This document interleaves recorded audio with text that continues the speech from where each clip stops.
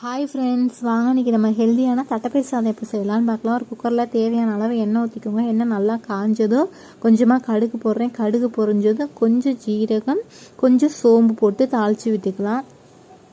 அதோட கொஞ்சம் மிளகு, அதுக்கப்புறம் கருவேப்பிலை போட்டு பொரிய ஒரு வரமிளகாய் கட் பண்ணி போடுறேன். அது எல்லாம் நல்லா எண்ணெயில் வணக்கி விட்டுக்கலாம். அதோட சின்ன வெங்காயம் கொஞ்சம் 10 பல் போட்டிருக்கேன். அது போட்டு நல்லா வணக்கி விட்டுக்கலாம்.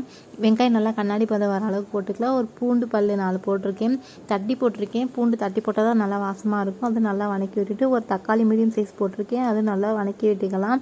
அதோட 1 table spoon chilli powder, 1/4 table spoon மஞ்சள் தூள், 1 டேபிள் ஸ்பூன் குழம்பு மிளகாத்தூள், தேவையான அளவு உப்பு போட்டு நல்லா வணக்கி விட்டுக்கிறேன்.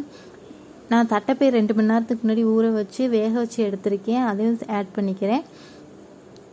1 டம்ளர் அரிசிக்கு 2 டம்ளர் தண்ணி ஊற்றுறேன். 1 டம்ளர் தட்டைப்பயிர் வேக வச்ச தண்ணி சேர்த்துக்கிறேன். இன்னொரு டம்ளர் நார்மல் தண்ணி சேர்த்துக்கிறேன். இந்த ரைஸ் ரொம்ப டேஸ்ட்டாக இருக்கும், ரொம்ப ஹெல்த்தியானது. இப்போ சாப்பாடு மூடி வச்சிடலாம். இப்போ தட்டைப்பயிர் சாதம் ரெடி ஆயிடுச்சு. ரொம்ப டேஸ்ட்டாக இருக்கும். ஒரு தடவை ட்ரை பண்ணி பாருங்கள். வீடியோ பிடிச்சிருந்தா லைக் பண்ணி, ஷேர் பண்ணி, சப்ஸ்கிரைப் பண்ணுங்கள். தேங்க்யூ ஃபார் வாட்சிங்.